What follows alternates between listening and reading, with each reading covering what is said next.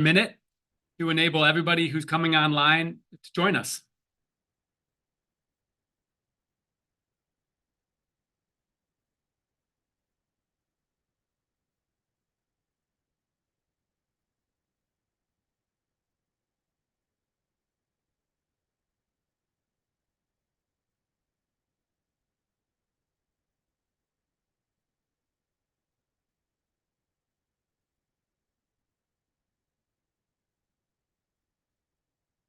Welcome, everyone, to our Secretary Speaker Series.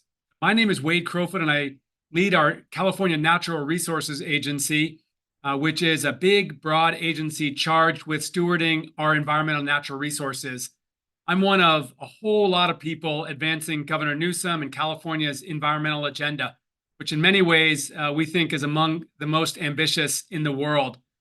Some of you may have been part of the speaker series before, but for those who are joining for the first time, this is an opportunity to create a public dialogue that lifts up big ideas, key priorities, and thinkers and leaders from across California who are shaping our future. I want to share just a couple of housekeeping items today as we launch our conversation. One is, if you can, enable the chat box on your screen. My colleague Geeta Chandra, throughout our discussion today, will be providing links and information as we talk. So if you leave the chat box open, it'll be an opportunity to get that information. And then after the dialogue, we'll actually provide a list or sort of a copy of that string so that you'll have that information moving forward. We also have a Q&A button at the bottom of the screen, and that's your opportunity to ask a question or share an observation as we're talking. And then as we get into the discussion portion of our dialogue today, I'll be integrating those questions, those observations into the discussion. And then lastly, we're recording this session, so you'll have access to this within about a day on resources.ca.gov. And should you want to share this with anybody else, we encourage you to do that. So today we are very excited to introduce and welcome Rosanna Xia to our discussion. Many of us know Rosanna as an award-winning reporter at the LA Times. Hey, Rosanna, you're now on screen. Hey, Secretary Crowfoot. So we're so excited to have you. You know, many of us have been reading your articles for a very long time in the Los Angeles Times, and you have done incredible work covering California's coasts. And of course, we're here today because you have written a book, which is an extraordinary book. And I'm so excited to be in conversation with you for the next hour. As you know, I'm gonna have a chance to ask some questions about your writing the book, and then we're gonna bring on a couple of guests with us to be in conversation around what does this book and its ideas mean for the future of California's coast, given climate change and sea level rise. So first of all, let me just welcome you and ask how you're doing generally. Thank you. How am I doing? I have not slept, I think, in 3 months, but yeah, it's been really inspiring to just be on the road since the book came out and to be opening these conversations with a lot more people. And it's been really, really, really cool to just kind of hear how folks are feeling and to really start deepening this conversation that we so desperately need to do in California. Amazing. Now, you had a very busy day job as a reporter, and you decided to write this book on top of that. Talk about your decision to write the book, why you decided to write it, and then the journey of actually writing what I think is your first full book. Yes, first book, probably the last book.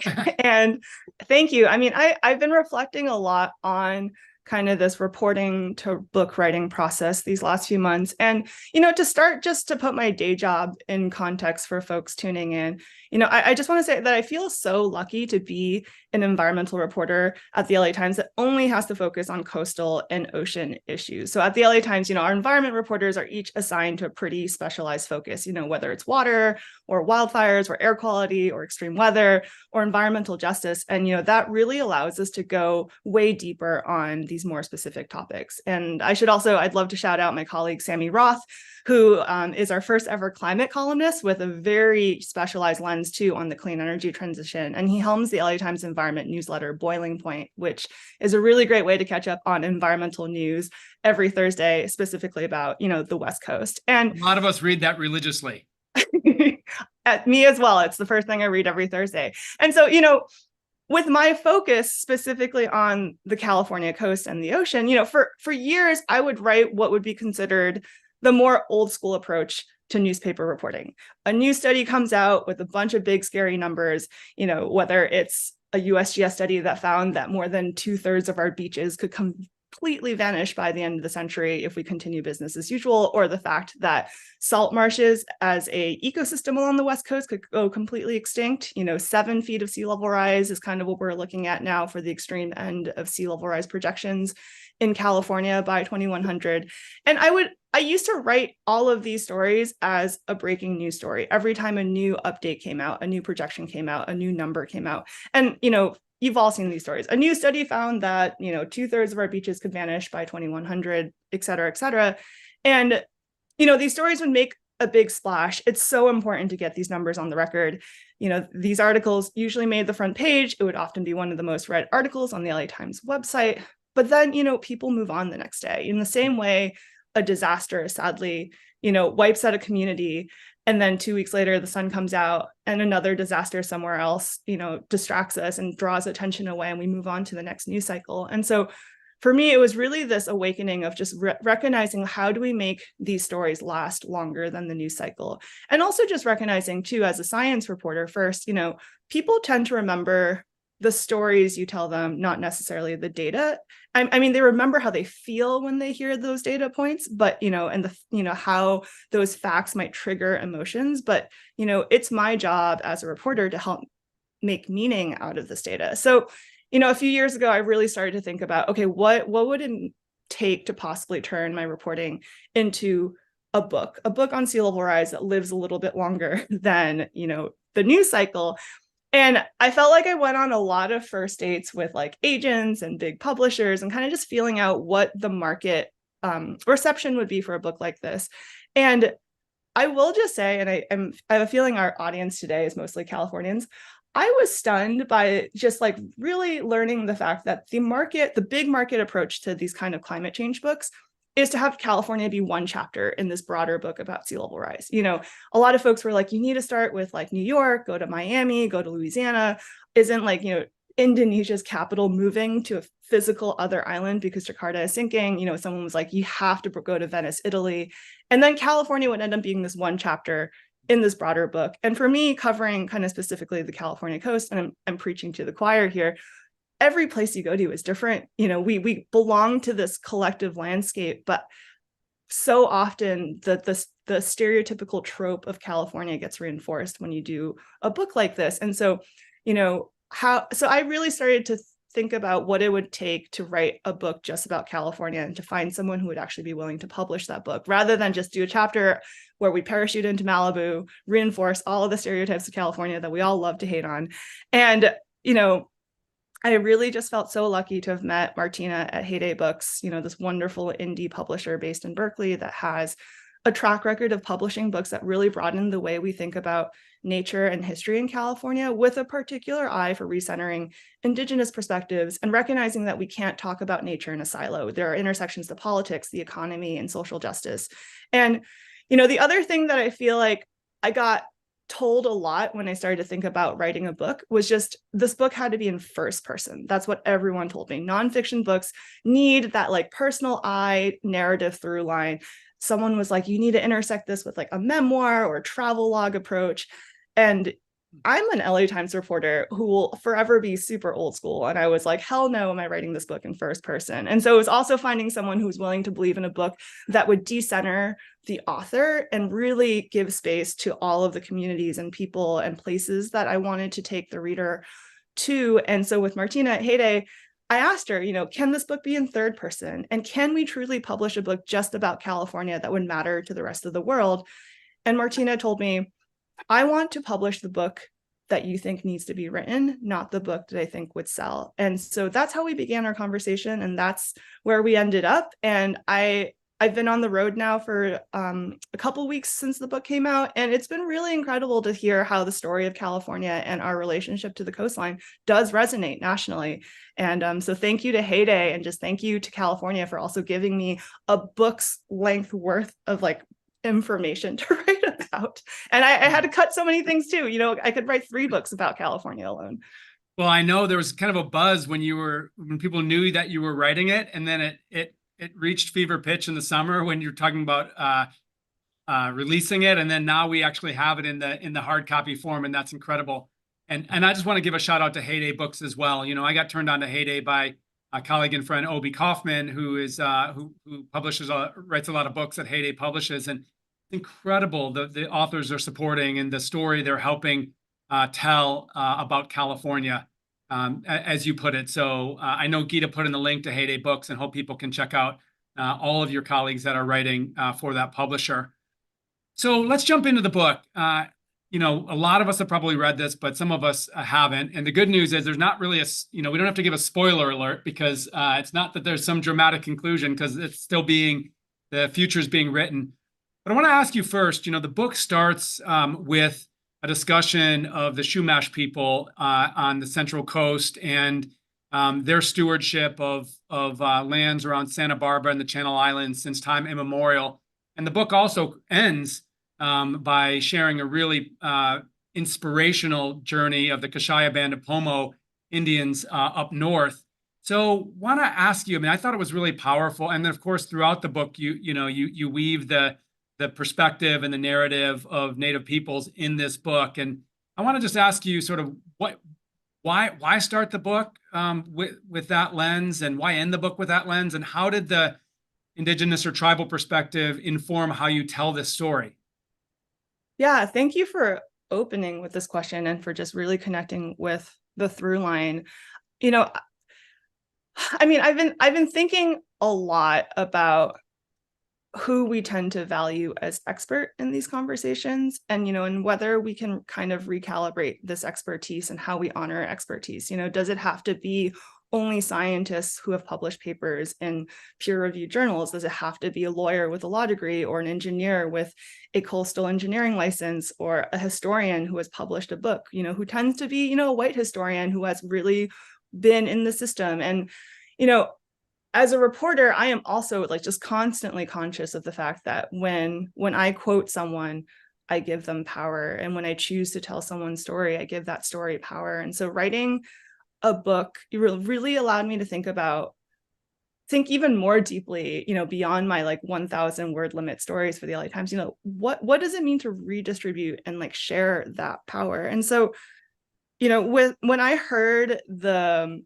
story that you'll read in the beginning of the book, when I was speaking with Alicia Cordero, who is both a biologist and a member of the coastal band of the Chumash Nation, and we were riffing on sea level rise, past, present, and future, and she presented this beautiful interpretation of a beloved story by the Chumash people, and I knew immediately when I heard her the way she connected to that story that was the beginning of the book. And really just thinking about how do we present Indigenous stories, for example, as not just a story but also an oral record and a data point or data points. And in this case, Alicia's interpretation was that this Chumash story, this age-old story, is actually possibly the first oral record of sea level rise in California. And for me too, as a reporter trained in kind of old school science reporting, I think it's really important to think about how to incorporate Indigenous knowledge and Western science together in the same conversation in a way that truly complements each other and builds on each other, rather than as an either or, which I feel like I still see pretty often. I think there is really encouraging movement to include Indigenous perspectives in these conversations, but they still tend to be either a separate section, 300 pages into a report, or at the beginning of a report, but then we kind of pivot back into the Western science approach. And I think that it is really important to start integrating this in a way where the information and the knowledge is actually truly in conversation with each other. And so I love what you just said too about the ending, because I knew for years how to start this book, but I had no idea how to end this book, because how do you end a book about a story how do you end a book about an issue where, the story and the ending is still to be written based on the decisions that we make today? And, it took me years. I wrote so many different versions of the ending, from a range of hope versus despair versus, the title, I joked at one point, wasn't California Against the Sea. It should be California in the Sea. But that's not the ending we're barreling towards yet. And when I met and spoke with the former chair of the Kashaya Band of Homo Indians and heard his story, everything clicked. I mean, I was like, that is the ending. And, something I heard a lot in the course of my reporting is that it is so important to see Indigenous expertise as something not just from the past, but also very much in the present, and also critical for the future. So there was just something really powerful and beautiful and just really important to me, to like the fact that the book gave the Chumash the first word and the Kashaya the last word. And this is truly a book about California and our relationship to the coast, past, present, and future. Yeah, agreed. I thought it was so powerful. And as you know, a lot of folks like our agents, or a lot of people in our agency and beyond, are really on this journey to incorporate traditional ecological knowledge, as you say, as a core sort of input into how we care for the environment. So it really resonated with me, and I appreciate that. So let's talk about the decisions that coastal communities are making, and capturing the zeitgeist or the sort of the mood of California and the coast. I think if it's honest to say that, in reading a lot of your stories from coastal communities, there's some amount of denial, at least among some residents, some communities, about the threat that sea level rise not only will pose, but it is posing, and the impacts. I just want to ask you, and is that fair, that sort of assessment of some level of denial? And to what extent do you think that is a barrier to taking action that's needed? Yeah, I mean, some level of denial. I would say a lot I would say we're a couple degrees above some, but I think it's interesting. I mean, I want to clarify that in California, and I'm sure you and your staff run into this too, I don't really run into folks who are climate change deniers. I don't think people are necessarily denying that climate change is happening, or just the very premise of global warming. But the denial and the debate I truly feel when I speak to folks is time. How much time do we have? Some folks truly think that this is not an issue we need to be thinking about in the near term, and this is something for the next generation. And other folks are like, we should have started 30, 40, 50 years ago. And this idea of time and the debate on time is truly where we're stuck, because that's where the planning process comes in, right? And that's where the tension points and the flashpoints start to happen. At what point do we need to start taking action, to start planning for this future? And at what, does it feel too premature, or does it feel too late? And so that's kind of the tension that I hear a lot, and the denial that I hear a lot. And I think speaking to time, as a reporter too, it's really fun to kind of connect the dots across different worlds and different silos. But I'm just truly blown away by the time scales and the arbitrary time scales that we are honestly conditioned to think in sometimes. I'm just going to say, throw out the 30-year mortgage. People are worried, for example, about how planning for sea level rise might affect their ability to take out a mortgage or refinance their home. The 30-year mortgage is, to me, a fairly arbitrary time frame. And if you think about, and then you kind of match that to all of the sea level rise conversations now happening in the state, where we're trying to plan for 3.5 feet of sea level rise by 2050, or whatever it is you want to plan for until 2050, that's less than 30 years from now. So there's all these interesting disconnects that I do think also perpetuates the sense of resistance and denial. And ultimately with denial, for me, I mean, I think it's one thing to reinforce and point out and amplify the resistance. And in the process of reporting on a book, I was truly trying to find kind of the core of why change feels so impossible and insurmountable for some people. And, I really learned that it's actually, you have to start by understanding how people are feeling and validating what they're feeling. And, I've been thinking a lot too. I don't know if folks have read Naomi Klein's book, Doppelganger, but she was saying, she made this really interesting point that I've been thinking a lot about, but just this idea that her book's about conspiracy theories, but the idea that conspiracy theorists tend to get the facts wrong, but the emotions right. And that, we are not doing ourselves a service by not attending to those emotions. So for me, the way I open a lot of these conversations with folks who are more in denial of whether climate change or time or the need to take action today, I really begin with validating their emotions and understanding what is driving those emotions. And, beyond that, there is just so much commonality in what people are afraid of and what they actually want for the future. And I do think there is this tendency to hone in on the differences, but there's actually a lot of commonality. And so for me, it's really truly we need everyone at the table. We need to talk to everyone at the table. We need to make sure everyone at the table feels heard, because we're not going to be able to solve this problem without even the most resistant folks. But I think that honoring how they're feeling is truly important. And that does take time. But I guess, a lot of folks have asked me, what was the most surprising thing you've come across in California in the process of writing this book? And I would say I was really surprised by the commonality among even the folks that you think you would disagree with the most. That's amazing, because there are some really good examples of leaders who were advancing certain ideas, like the so-called managed retreat, which of course has become, really my favorite words. Yeah. And there's been a ton of pushback Yes. on that. And then you share the story of the city of Marina, just north of Monterey, which is taking a much more proactive approach to recognizing that there may be some land use changes that are needed right adjacent to the sea. Any secret sauce to bringing a community along toward really leaning into the planning and asking tough questions about whether it's infrastructure changes or what's needed? Yeah, a couple of thoughts here, and thank you for just addressing the managed retreat elephant in the room. Managed retreat, just for folks who don't know this term, is essentially acknowledging that the ocean is moving inland and that we're supposed to move with the ocean before we're in the way, and that it would be wiser and more cost efficient and also life safety effective to do that before the disaster actually happens. But the term managed retreat in itself is, I think, a very technical term, a very wonky term. And I think we introduced this term in a lot of climate change planning spaces without really thinking about how emotionally that might affect people. Retreat in our country feels like surrender. It feels like giving up. No one likes to be managed. And so I think on the one hand, branding of that term is a sticking point. And I think that's something that a lot of folks in this space have already transitioned into thinking about more effective ways of communicating what managed retreat actually is.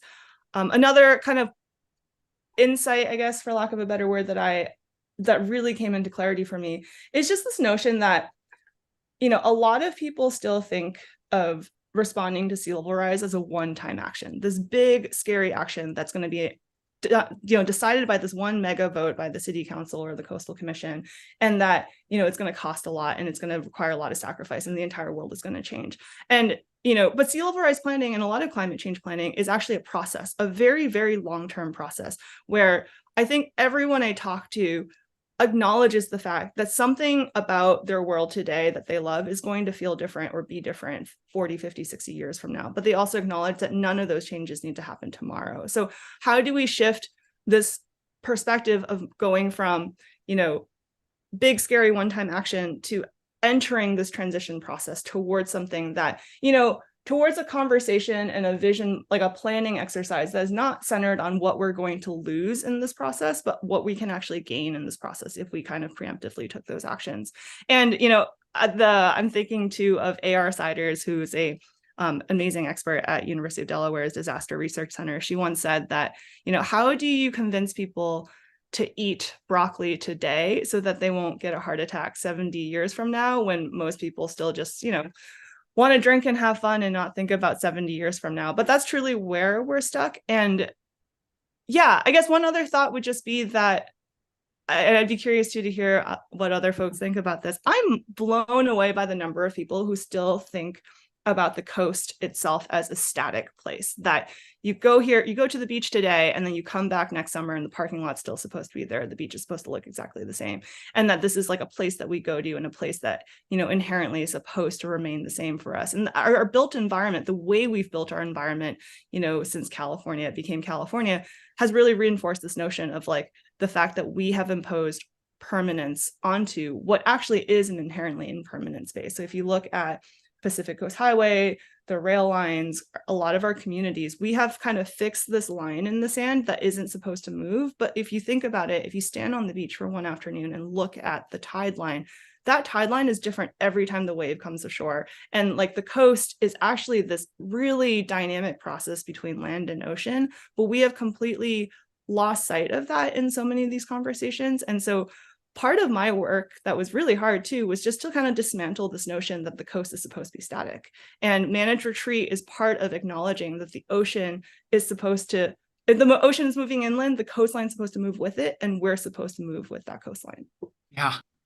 So it seems like a problem statement is, sea level rise is already impacting California. You point out really good examples of that, including in Imperial Beach, which is our southernmost community in California, having regular flooding as a result of storm surge intensified by sea level rise, and examples sort of up and down the coast.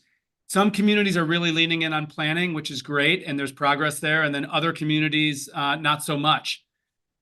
A couple examples that you provide of what's happening in sort of a forward-looking way, I was really inspired by, and I would ask you to talk about them. One is in the Bay Area, in the town of El Viso, which is in the South Bay, sort of at the bottom of the San Francisco Bay, and the work that they're doing on a nature-based solution to reduce flooding. And then further south, dune restoration in Malibu. Can you just talk about each of those sort of nature-based solutions as one sort of a couple of examples of where we get it right? Yeah, wetlands in El Viso and the salt ponds, and then dunes in Malibu. I mean, I think part of too just like allowing and helping people really see the coast again as a dynamic space is also like I had so much fun and so much wonder kind of relearning these like in between spaces between ocean and like true land, and like just kind of like the magic of a place that is actually supposed to be sometimes fully underwater, and then sometimes fully dry, and sometimes half underwater. And I think there's been a really encouraging and inspiring movement across the state to revive dune systems, for example, and to basically acknowledge that more than 90% of our coastal wetlands in California have been altered or destroyed for the sake of development. And how do you undo some of that in the face of sea level rise? And to really acknowledge that if you just let nature do its thing and leverage nature and its natural wisdom, there are natural flood buffers that already exist, like wetlands, beyond the biodiversity components and its ability to sequester carbon, sometimes even more effectively than tropical forests. Wetlands are a great flood buffer. We saw that in Superstorm Sandy back on the East Coast, where there were dune systems in New Jersey that those communities were spared because there was a dune and a wetland to like kind of help buffer those spaces. But the thing with like these living shorelines or nature-based solutions is, again, we come back to the notion of time. Like we need time to rebuild these spaces. We need time to identify where along the coast there is still the opportunity to revive a dune system or to undo kind of the way we've trapped a wetland, whether in the form of a salt pond in El Viso or in other spaces, and I think the other question with wetlands, and I will also say that with dunes, but specifically with wetlands that I hear a lot, especially in the San Francisco Bay Area, is, okay, we've recognized that we need to revive wetlands as part of the solution. Wetlands are amazing at all of these things in terms of responding to climate change and protecting communities from the impact, like the rising tide. But it takes time to have these wetland plants take root again. It takes time to rebuild the sediment that has been lost. And where are we going to get the sediment? I think that's a really important question that a lot of people are struggling with. And ultimately, it is a race against time. And if you look at the projections for sea level rise at 2030, 2040, and 2050, we're currently still stuck in some of the planning processes of what it means to actually restore a wetland or revive a wetland or transform a wetland system. And we do get stuck on like what that wetland is supposed to look like with dunes as well, like, are people willing to share space with plants and possibly bugs and, other kind of less pristine, quote unquote, pristine, sterile ecosystems that we've come to like accept as what a beach is supposed to look like. So yeah, I have a lot of hope, but it's also like, I would say time is of the essence here for these nature-based solutions. Yeah, totally. And I'm going to ask you a question about sort of the hope versus despair balance and your Oh boy. responsibility as a environmental journalist to really sound the alarm, but then at the same time, encourage action. So we're going to hold off on that. Rosanna, we're going to bring in two more participants to our conversation, two leaders of our coast. One is Jennifer Eckerly, my colleague here in the Newsom administration. Jennifer, or Jen, leads our Ocean Protection Council and also serves as Deputy Secretary at the Natural Resources Agency on all things oceans and coasts. So she is truly, along with a handful of others, spearheading this response to sea level rise on the coast. The other is Jennifer Savage, and Jennifer helps lead advocacy for Surfrider. Surfrider is one of the many conservation-based non-governmental organizations that's holding us accountable in government for doing what we need to on sea level rise. And Jen and Jennifer, first of all, A+ on the backgrounds. You have very appropriate backgrounds to the discussion here today. And maybe I want to start with you, Jennifer Savage. The Coastal Act is this sort of foundational protector of the coast that not a lot of people know about. And Rosanna, you devoted a chapter of your book to California Coastal Act, which I think could be really, really wonky, but you help bring to life the story of the Coastal Act, both how it came to be and what it does. And Jennifer, just want to ask you, reflect a little bit on the Coastal Act, but then take a moment as Surfrider to share a perspective on sea level rise and how you encounter this book and the work that Rosanna's doing. Sure, and thank you. I'm so honored to be here. And my excitement about Rosanna's book mirrored the whole trajectory that you laid out earlier. So it was perfect. And for those folks who might not know Surfrider Foundation, our mission is the protection and the enjoyment of the world's ocean, beaches, and waves for all people through a powerful activist network. And the enjoyment part is really key. And I'll talk about how the Coastal Act furthers and enhances our ability to experience that. But I just would love people to think about all the different ways in which we interact with the ocean, right? Like for most people, it's a refuge. It's a really restorative place, whether you're in the water surfing or swimming or paddling. You might be walking along the shore, holding hands with somebody you love, or building sandcastles with your kids. I've been to a silent disco at Ocean Beach. People throw frisbees around. It's just such a place of activities and joys. And it's thanks to the California Coastal Act, the beaches are a place where everyone is able to do that, right? Or supposed to be able to access the beach, enjoy the beach. You can have all these experiences regardless of your economic status, your background, your identity. And so for me, for Surfrider, I really think about sea level rise in terms of coastal access equity and who has it and who's most at risk of losing it. And it does get really personal for me because I grew up in the desert. So I am pretty sure that my parents didn't pay any attention to like beach town politics, much less local coastal programs.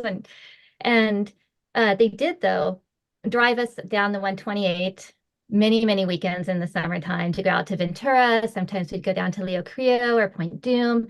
And thanks to this, like I developed a really deep, abiding love of the ocean. And when I had my own kids, I was working multiple jobs in the service industry, trying to survive financially.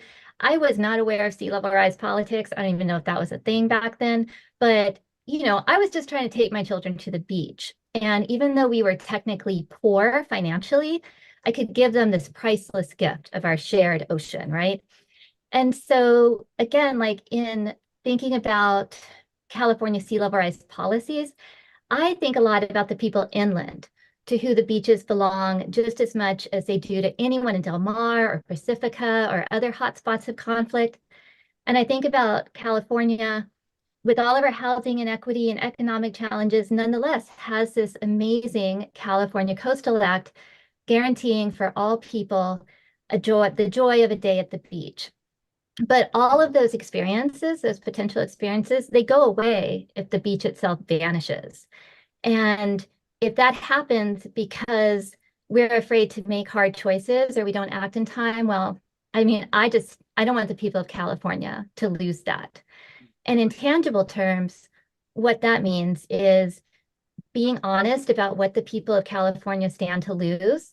You know, from a policy perspective, it means ensuring that the state protects the rights that people have under the Coastal Act with as much vigor as private property rights are protected. And it just means making sure that we do our absolute best to make the hard political decisions now to hold on to our beaches and the joy that they provide for as long as possible. We have the tools, and it's following through with the political will. Well, there you go, Jennifer.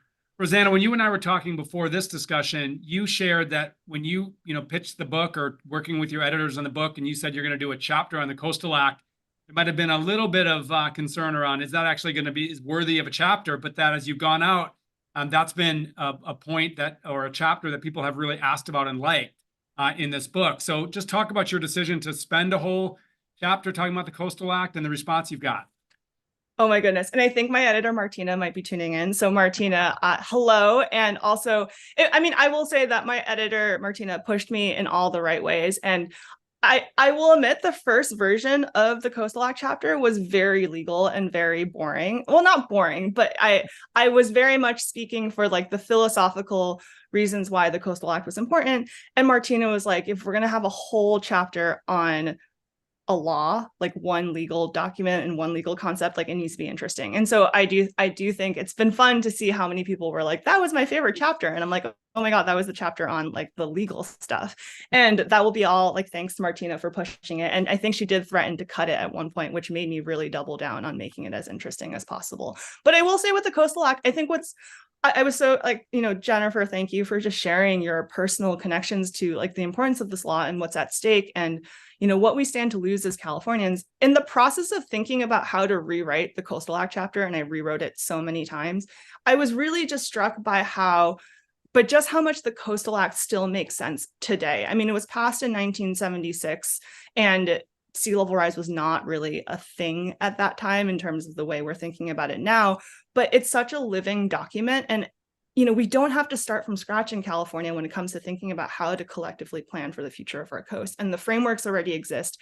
And it was established by a voter initiative. And I think about all of the, climate change activism that's happening today, the grassroots protests and just the standing up to like corporate interests and really just the scrappiness versus the political influence and the power that, is happening today in all these climate change spaces. And there was just so many, like I'm having chills right now thinking about it, just the parallels to how the people of California gathered together in such grassroots form in the 70s to really pass this law and take the philosophical stand that collectively the coast belongs to all of us in California and there's no such thing as a privatized beach, and that we do need to honor the fact that the coast is a dynamic process, a zone, not a line in the sand, and that everyone belongs in this conversation, both people and the ecosystems and the animals and the plants, and how do we live in better harmony along this ever shifting line in the sand. And so all of that exists in a document that was written in 1976 that continues to be a living document that is interpreted by, the Coastal Commission and everyone else in charge of managing and regulating the coast. And I truly am blown away by how the Coastal Commission has continued to honor and adapt and respond to this mission that was tasked by the people of California in the 1970s. And, when I tell people that I am like one person covering the entire California coast, which is more than 1,200 miles long and like, more than 60 cities and counties, I also think about how the Coastal Commission has to manage and regulate and be on top of every single inch of coastline along the California coast. And it's incredible. But yeah, it's a document passed in the 70s, and we are so ahead of the game in California than a lot of states because we have that framework and that declared set of values that the coast is a broader public good. Yeah, it's totally true. Jan Eckerly, I want to bring you into the conversation. So Rosanna mentioned the California Coastal Commission, which you and I work very closely with and you serve on. Also, our State Lands Commission that has responsibility for a lot of our tidal zone. The Department of Fish and Wildlife that has an important role. Our Coastal Conservancy. Then there's entities like state parks and Caltrans that all interact with the coast. So how would you say, we're doing collectively as a government responding to this challenge? And maybe share the story of some of our coastal commissioners coming to us and really asking for more coordination, given that they were faced with these issues on a sort of a permit by permit basis. Yeah, thanks, Secretary. And I am also just so thrilled to be here in this discussion today. I'll add BCDC to your list because they're responsible for making sure we're resilient around San Francisco Bay. We have made incredible progress and strides in pulling all of our agency partners together to have a collective and aligned roadmap for how we're doing this, right? Where's our best available science? How are we lining on a set of principles, an action plan, and a roadmap? But really, I think the key point that I will reiterate from the discussion so far is having that clear and collective vision of how we're doing this together. And I will just bring it back quickly to Rosanna's book. So I had never met Rosanna before, and I read the book, and I was so incredibly moved and impacted by it that I reached out to her on LinkedIn and just had to share how much it affected me. And I've been doing this work in California for over 20 years. And there were two things that I took away from the book. One, it made me feel like this work matters, that what we're doing matters and makes a difference. So thank you for that, Rosanna. And then the second piece was, I think it's really easy for us in these kind of policy leadership roles.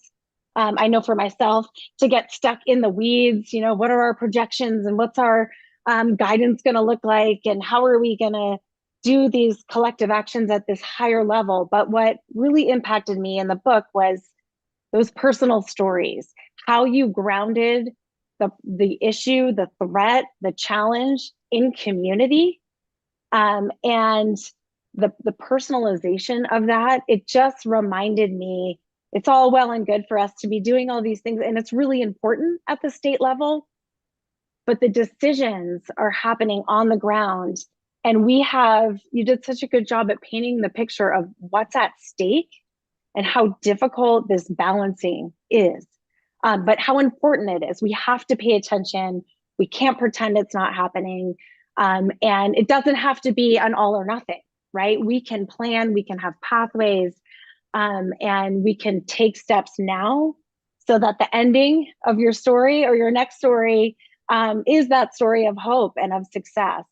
So kind of a long-winded way to answer your question, Secretary Crowfoot, but I wanted to kind of articulate how this book impacted me and why it was meaningful, and also helped ground me in the work that we're doing at the highest level to make sure that the state is being precautionary, taking this threat seriously, and making meaningful steps and actions, because what's at risk is access, habitat, biodiversity, underserved communities, tribal cultural resources, and basically California's identity. Absolutely. And so the way I talk about it is we're making progress with so much more work ahead. So all of our state agencies are aligned around a set of principles, which is necessary but not sufficient. So that was the first step about 4 years ago. Then we developed this action plan agency by agency on what we needed to do to plan for and to adapt to sea level rise. There were guidelines, sea level rise guidelines based on science issued in 2018. And then we'll soon be issuing an updated set of guidelines for planning purposes. But I think we also recognize, to your point, Jen, that there is this sort of local leadership, given that in California, land use decisions are largely the province of local governments. So it's sort of this dynamic between the state providing funding, providing guidance, sometimes requirements, and then local communities. And Rosanna, I know you're tracking sort of the policy development that's taken place over the last couple of years, including a bill that passed this last year around really compelling locals to integrate sea level rise. What's your honest assessment of, where California is as, state government, local governments, and where we need to be on sea level rise? Oh boy. also it's like really fun is probably not the right word. It's really interesting to be asked questions, and I guess I will defer to say, as a reporter, I should not have opinions, but I would just say, in terms of like my assessment, I'll just say that I have a feeling I will have many, many more years of writing and coverage of this issue to do. I think it's really, I mean, it's incredible to see how much this conversation has grown and expanded, you know, kind of tying some of the points that Jen and Jennifer have said. I mean, 5-6 years ago or 7 years ago, when I first started covering this issue, this really felt like an issue that was like a rich people problem that only pertained, like the number of people who told me, oh, I don't need to care because I don't own a property on the beach. And now this is truly a conversation that has expanded to people who don't live on the coast, but have a stake in a favorite beach, or just truly having this idea of access and equity, and also kind of re-empowering and redistributing the power of who gets to say something about the future of our coast.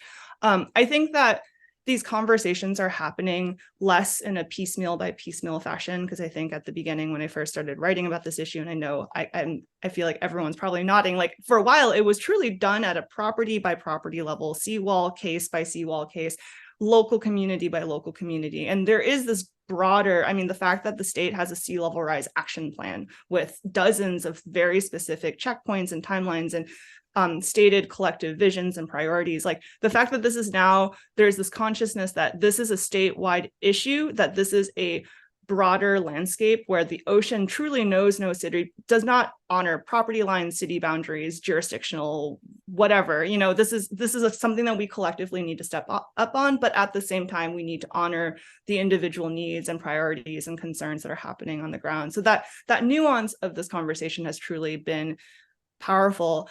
I mean, I guess like I want to kind of flip the question back onto Jen. I'm sorry if this is very reporterly of me, but I'm curious with the book, you know, that's crazy to me too, how long it takes to publish a book once you're done with the book. So the book's timeline ends in like early fall 2022. And so for me, the book's story, I mean, this is going to be a time capsule of like everything that has happened between 2017 and 2022 on this issue. But I'm curious for Jen, like, where do we go from here? And I think maybe to sharpen that question, like, what do you need? Like, what does the state of California need to move forward on this issue? Because for me, as I'm also hearing all of these thoughts, I'm reminded of something that Charles Lester actually at UC Santa Barbara reminded me of, this quote that planning moves at the speed of trust. And I really felt that in the communities I spoke to, the hesitations and the concerns and where the tension points are. And this idea of building trust obviously takes time, and we are running out of time.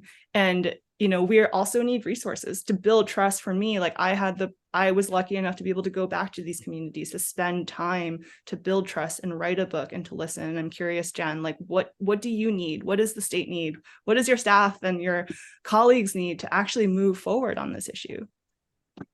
Thanks for that really easy question, Rosanna. I will say before I answer it, just you know, putting a finer point on all the work that we've done to date. We've made incredible investment in habitat restoration and protection. As Secretary Crowfoot mentioned, we're hoping to release the next iteration of our sea level rise guidance that will update those projections and then provide policy recommendations for applications. So really thinking about, okay, we don't need to plan for 7 feet of sea level rise right now, but here's the steps you can take to get there to make it a little more easy to kind of get our near-term heads around how we plan and adapt. We're doing vulnerability assessments on our vulnerable habitats, right? What is at stake and what are the tools that we have at our disposal to adapt? So as an example, a beach that's backed by a bluff, we're going to have less opportunity and options for how we adapt. And we may need to, you know, acknowledge the fact that at some point that beach is going to drown, and we're going to need to provide access to folks who were using that beach, right? How is that affecting our ability to get to and enjoy the coast? We have a significant amount of funding to implement the SB1 grant program. So that's funding to the Ocean Protection Council to invest in local, regional, and tribal adaptation planning and projects. So we're really excited, hoping to launch that grant program by the end of this week. And then through all of this, we really are prioritizing getting funding into the communities that need it most, underserved communities, tribal communities, so that we can make sure as a whole the state is prepared and can adapt. So in answering your question, I might put a question back on you, and that is, one of the things that I find most challenging in this work is, how do we message this in a way that resonates with all of California? How do we get people to understand what's at stake, the threat, and to care about the issue, and to then help us take action? And so I heard some threads throughout the conversation, kind of making it understandable that it's not an all or nothing, that we can take steps to adapt. I think there is still value in clear urgency in the issue. Jen, I think your point about, maintaining access for all, and that California's coast is beloved to residents and visitors alike, and that it is a public trust resource for all of us, and it's all of our responsibilities to help protect it. But what other messages, Rosanna, when you were talking to folks up and down the coast, what else would resonate? What else should we be saying and doing at the state level to help kind of make sure we're ready? And that this idea, I picked up on this word permanence in your book throughout, and it's like, and so we need to shift away from that. We need to think about, okay, how do we protect the values of addressing climate change and protecting biodiversity and lifting up equity when the landscape is shifting underneath us? Yeah. Oh my goodness. Thank you. And I really connected with so many of the things that you just said. And a couple quick thoughts, and then I'd love to also hear what Jennifer Savage thinks. One kind of communication thread that has been picking up that has really resonated with me, and I've seen it pretty effective. And I just want to shout out to the folks at the Scripps Institution of Oceanography for kind of helping me reshape this messaging. But this idea of frequency and compounded effects, we talk so often, like for so long, the conversation was like looking at the projection of what like the sea level rise will be like at the end of the century. 7 feet is kind of the extreme. And then we kind of shifted it to 2050. So it feels a little bit more pressing. And, we're now aiming I think the collective decision from so many state agencies is to prepare communities in California for 3.5 feet of sea level rise by 2050. And I think the next level to this conversation and this framing is like looking at how frequently these high tide events will happen, how frequently the water will break over the seawall, how often a place will flood. And, Laura Engeman kind of presented this notion to me at Scripps, where she was saying, at what point does, if something, a property, a critical road, a parking lot, or any other infrastructure that we rely on, at what point, if it's flooding like 25% of the year, or like every time it's a king tide, is that essentially underwater? Like, do we actually need to wait for that tide line to move fully into 7 feet or 3 feet or 1 feet to actually take action? So this idea of logging and tracking frequency and reframing the conversation on, look how every winter for the last 3 years, you can't use this road anymore to get to school or to get to work. Like, that framing has been really effective. And I think that's something that I feel the messaging within the science shifting as well. And then the other thing that I have found really effective is the collective experience that we've all had in California of compounded disasters. So rather than talk about 7 feet of sea level rise in a silo, or a river flooding in a silo, or extreme precipitation in a silo, what happens if it's a king tide, the ocean's moving in, it's the 3rd atmospheric river event in like a week. So the river is already at capacity from absorbing all this water, and the river's trying to flush into the ocean, but it can't because the king tide is pushing in. The soil around us is already at capacity, and the groundwater is moving up too because we've absorbed so much water, and it's still raining. Like, what do we do? And that is happening with greater intensity and greater frequency. And those are truly important moments to check in with communities and to talk about actually building resilience, and not, again, responding to each of these disasters in silos, but to think about what it means to actually respond and adapt our landscapes in a way that is addressing the entire water cycle and all of these disasters at the same time. And I think frequency and increased intensity happening now, and very much so within the next decade, is a really effective way to communicate this. But I'm curious to Jennifer, if you have other thoughts on that, because you're also on the ground a lot talking to folks. Yeah, it's definitely a big topic for folks who are on the ground. And I can think of a lot of examples where we have seen, like, it's no surprise, like at San Onofre State Park, the beach there in the wintertime when the beach gets washed away. And then we have unfortunate responses like a ton of several tons of rocks dropped along as an emergency permit. And we see a lot of things deemed emergencies that have in fact become absolutely predictable. So I think reframing how we define emergency and not making it synonymous with lack of preparation is really key. But to bring it back to some just the kind of ongoing conversations that we need to have in the public sphere, something that Jen touched on and something you touched on, Rosanna, is, you know, talking about this stuff in public meetings, for most people, it's super boring, right? It's really wonky. If I can go to the beach and if I say to people, do you know there's going to be 3 feet of sea level rise, maybe? Like, even if they say, like, I heard about that, they don't know what that means. They have no idea what that looks like. But it's the kind of storytelling that, like, you did so beautifully in your book that makes it real for people. It's like real images, real experiences, things that anyone in the state can relate to and understand. And that's what makes your book so important and these kind of conversations so important, because it makes it accessible to anyone out there. And that means that person can be inspired to care and hopefully also be inspired to take action, and contact decision makers and all the usual things that an environmental advocacy organization would encourage people to do. Yeah. Well, that's such a good point, Jennifer. And, our agency helps to spearhead the response to wildfire and drought and flooding, which those climate-driven disasters feel more present or more urgent. But the book that Rosanna's written helps us understand sea level rise is here and its impacts are here. It's disrupted rail service from LA to San Diego.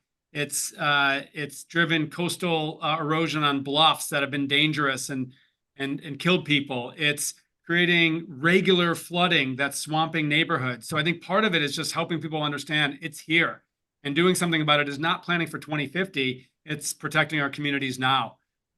Believe it or not, it's almost the top of the hour. This conversation has moved fast, and we could spend a lot of time here today. And we're joined by over 350 people in this discussion. Rosanna, I want to ask you a final question. It's this hope versus despair question. And how do you balance the need to pull the fire alarm on what we're experiencing with climate change and sea level rise, but maintain some level of encouragement for people to actually that they can do something about it? Yeah, no, thank you for asking this question. And, going back to also like how much hope do I inject in the book? And I can promise all 350 people zooming in today that the book doesn't end in despair. There is hope. It's not all doom and gloom. And that is so important to me as a climate communicator and storyteller, to make sure that there is hope, that people still feel empowered. And I think that's a question, the hope versus despair binary, the hope versus urgency binary is something that every climate journalist struggles with when we write every article that we write in communicating this issue. And, too much hope lets people off the hook. You can move on, you can finish reading the article or the book and you can move on to something else. And too little really leads to this paralysis that I'm seeing increasingly that ultimately leads to inaction. And so for me, I've been thinking a lot about this. Like, in the process of writing this book, I realized that hope, and that question of how much hope do I inject into a book, is not the key emotion that I'm indexing on anymore. It's responsibility. And that word has come up a little bit today too. Does someone, after reading my book or reading one of my articles, feel a sense of responsibility to do something? And that do something could be something huge if you're a state legislator or someone truly in power. It could also be just starting a conversation with your neighbor and talking about it, because people still don't talk about climate change in a meaningful way on a day-to-day basis. And that sense of duty, it doesn't matter how much hope you have if you feel empowered to do something. And so being able to help people feel brave and to take courage and to feel empowered to do something with this sense of responsibility are kind of the emotions I'm now navigating. And, anger is something that a lot of folks too have kind of indexed on. And there are some studies out there that say that anger is a really powerful motivating factor. And I want to honor that too. That's just kind of not my approach, to kind of center on anger as the way to guide people and to inspire people. And then I think my other thought too, someone reminded me the other day of something that I said years ago that I forgot, but just this idea of climate action versus climate commitment. And I think that that is so important. It's a slight shift in wording. And again, I'm a person of words, but to be truly committed to doing something versus taking action, like that's a slight shift. And again, our sense of responsibility. So I would encourage everyone today tuning in, thank you for just being willing to have this conversation, to talk about it, to really act on that responsibility, to not look away, and ultimately to think about what it means to take climate action versus to make a climate commitment, and to truly be committed to, not ever getting distracted from this issue or getting pulled away to do something else. And that is true commitment. So I can talk about this forever, and I know we're at time, but just I'm so grateful for the conversations that this book have helped deepen, have helped open, and I wouldn't have been able to write this book without the work that all of you have been doing. So thank you for that as well. I mean, I am ultimately just the messenger, and there is so much hard work ahead, but there has been also so much great work that has been done, and just thank you for giving me a story worthy of telling in the entire length of a book, and for being able to share it with the world. So thank you. Well, huge thanks to you for writing the book amidst all the incredible reporting that you do. Clearly, if the emojis are a judge, that you've gotten a lot of people that are very, very moved by this book. Ida, my colleague, has put the book and a link to the book in the chat again for those who haven't read it. I really recommend it. It is not only a page turner, but it's a way that kind of brings together so much of what we've been talking about in such a human and compelling way. So Rosanna, thanks for all that you do. And Jen and Jennifer, thanks for joining us and making it even more of an interesting conversation. As we close here, we'll just show a slide on the screen. If you have any follow-up questions or information you want to share with us about this discussion with Rosanna, Jen, and Jennifer, please email us on this email, or if you have suggestions for future conversations, please let us know. And again, we'll have a recording of this discussion as well as a copy of the links that we've provided on our website, resources.ca.gov. Rosanna, we leave with climate commitment and a sense of hope, thanks to all that you're doing in your incredible reporting and book writing. So thanks once again, and we'll see everybody down the road. Thank you.